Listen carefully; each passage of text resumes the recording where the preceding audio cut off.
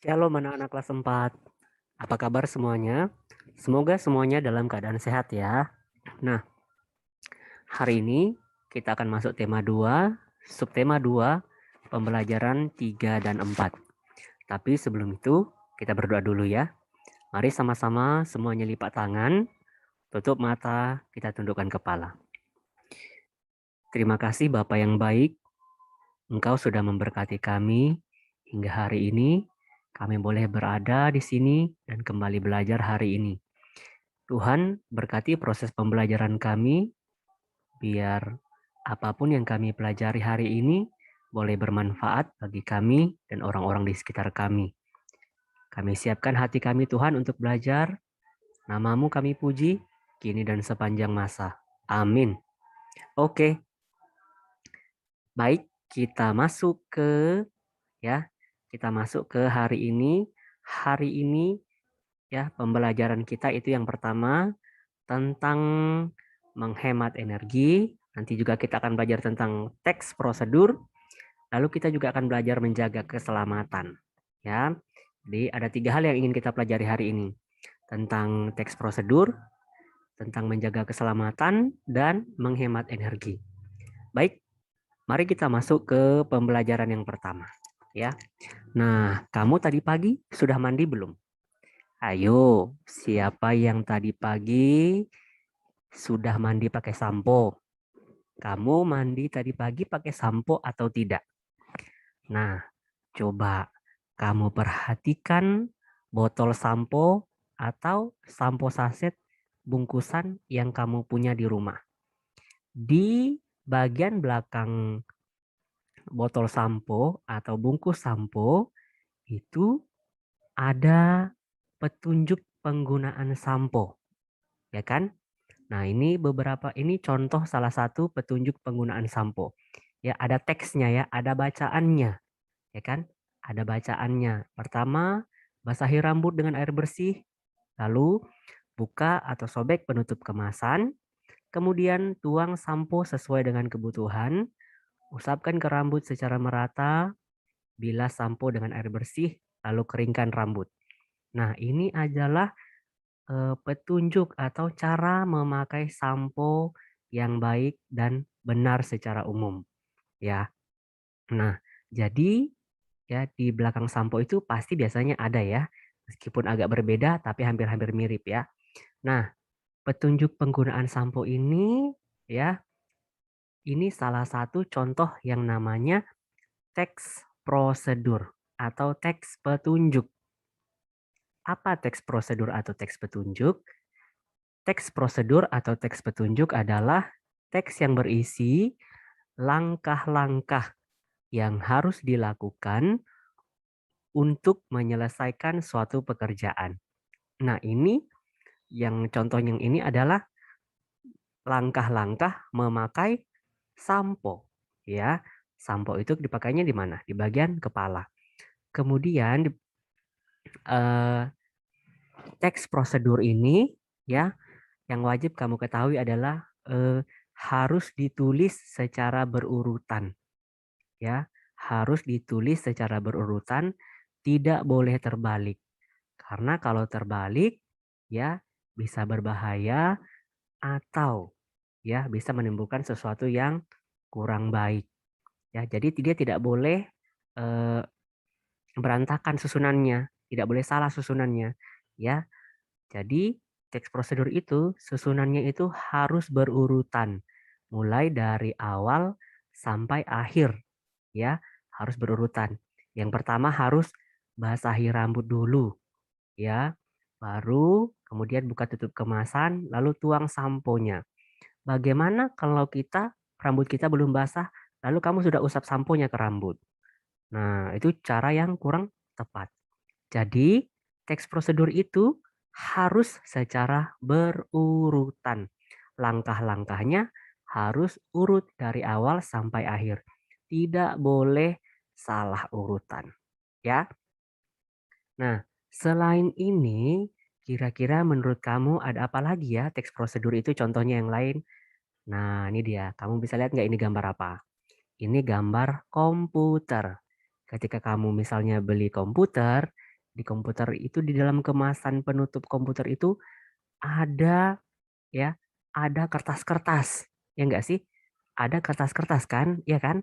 Nah, kertas-kertas itu berisi petunjuk-petunjuk penggunaan komputer, pengoperasian komputer, ya. Jadi contohnya adalah petunjuk menyalakan komputer, ya kan? Apa dulu yang harus kamu lakukan kalau mau menyalakan komputer? Ayo. Nah, kemudian ada juga petunjuk menonaktifkan atau mematikan komputer. Nah, ya, ada langkah-langkahnya, ya. Kemudian, salah satu contohnya lagi ada teks petunjuk meminum obat. Kira-kira bagaimana ya teks petunjuk meminum obat itu? Nah, ini semua namanya teks prosedur, ya. Ini namanya teks prosedur atau teks petunjuk. Kamu boleh mencari tahu contoh-contoh lain teks prosedur atau teks petunjuk yang kamu biasa temukan di dalam kehidupan sehari-hari. Tahu misalnya teks petunjuk penggunaan mesin pendingin ruangan atau AC. Nah, itu bisa juga. Oke? Nah, itu tadi mengenai teks prosedur. Nah, kemudian ya, kamu lihat gambar yang ini. Nah, di sini ada gambar anak-anak bermain layang-layang, ada anak-anak yang menggunting eh, dedaunan, tapi dia duduknya di atas atap. Ada anak-anak yang memanjat tiang listrik. Nah, kemudian ada anak yang mau memencet tombol suatu peralatan elektronik, sepertinya radio ya. Tapi radionya terhubung ke listrik. Nah, ya, ini menurut kamu itu hal yang benar atau hal yang salah ya yang dilakukan? Apa ya bahayanya kalau kita menyentuh benda-benda yang bersentuhan dengan listrik secara tidak tepat? Nah, mari kita lihat ya. Di dalam tubuh kita itu ada kandungan air, ya. Tubuh kita sebagian besar terdiri dari air, ya, memiliki kandungan air. Nah, air merupakan penghantar listrik yang baik. Sehingga ketika kita menyentuh secara langsung benda yang dialiri listrik, ya, dan kamu tersengat listriknya, itu bisa berbahaya. Bahkan bisa membuat kita eh, berbahaya, nyawa kita terancam, ya. Nah, seperti contoh gambar yang ada anak memanjat tiang listrik. Itu tidak boleh, ya, karena ada tegangan arus listrik. Kemudian juga ada anak yang bermain layangan, ya. Itu layangannya nanti nyangkut di kabel listrik bisa tersengat listrik, ya. Itu membahayakan keselamatan mereka. Lalu ada anak yang di dalam air, di dalam kolam.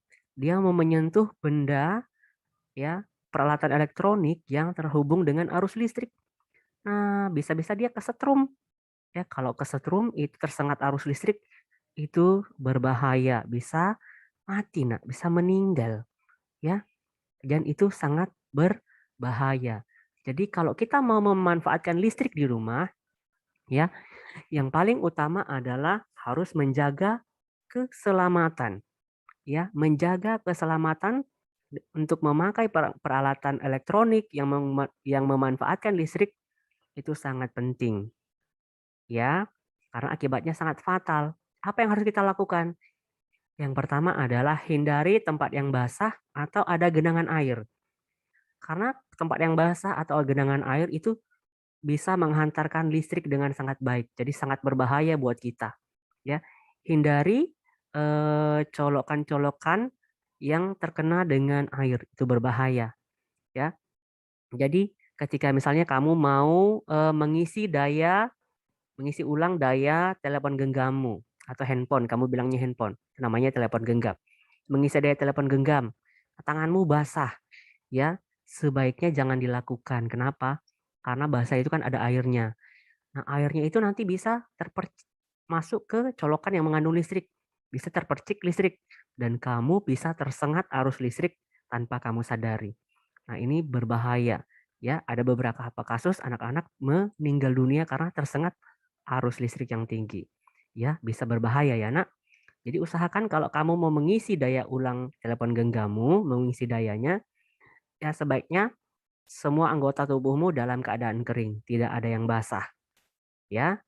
Kemudian, yang berikutnya adalah lebih baik kamu meminta bantuan orang yang lebih dewasa, meminta bantuan kakak, atau abang, atau paman mungkin ada, atau bibi yang ada di rumah, atau bahkan ayah atau ibu yang di rumah, ya.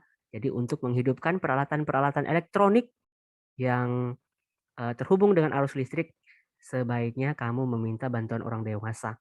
Jika memang kamu bisa melakukannya sendiri, kamu harus usahakan bagian tubuhmu semuanya dalam keadaan kering, tidak lembab, tidak basah.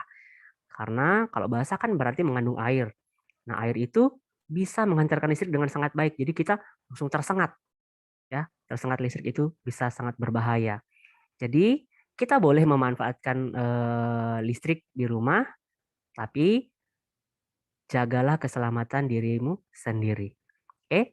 Nah nah, kemudian ya, hari ini juga kita selain memanfaatkan energi listrik, kita juga pasti di rumah memanfaatkan yang namanya air, ya.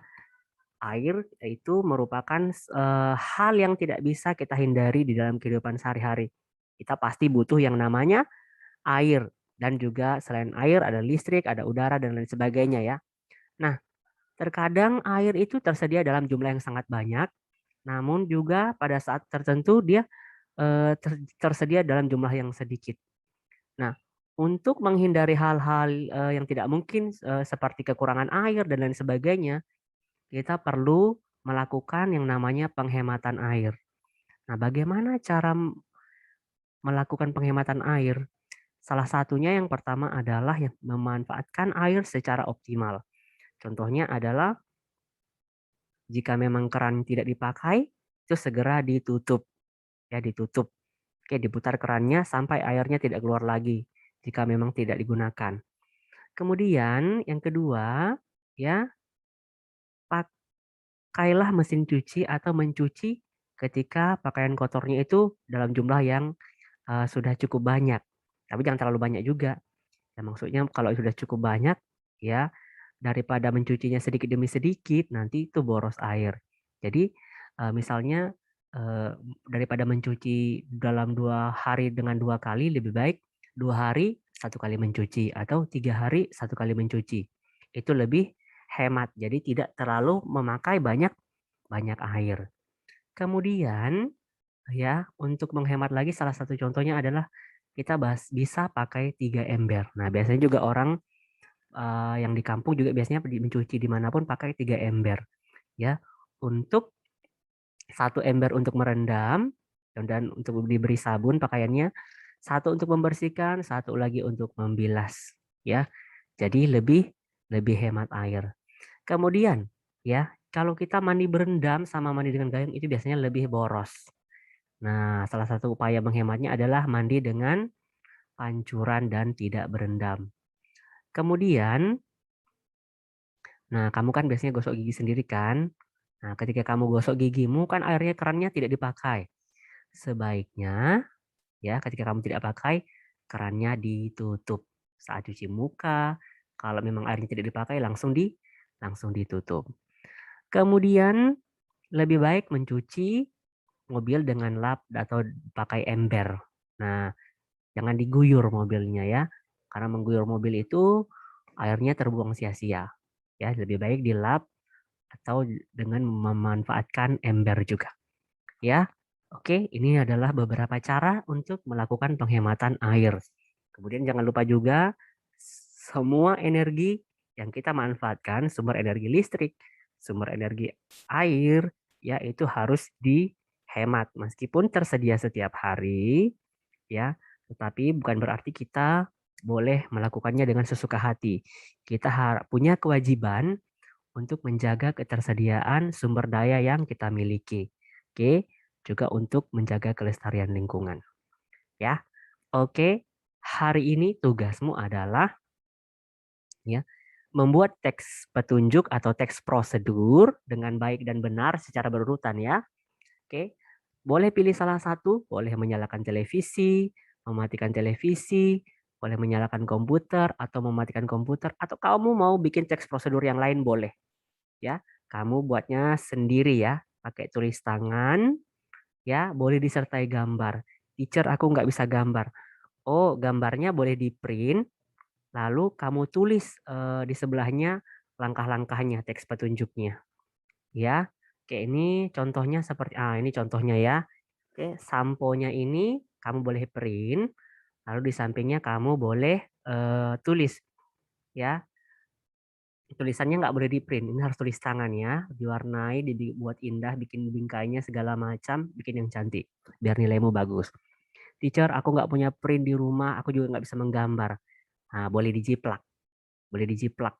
Apa saja yang ada di rumah boleh. Lakukan yang sebaik-baiknya ya. Oke? Nah, semoga teacher harap semua mengerjakan tugasnya dengan baik ya. Teacher kasih waktu 3 hari untuk membuat tugas ini ya.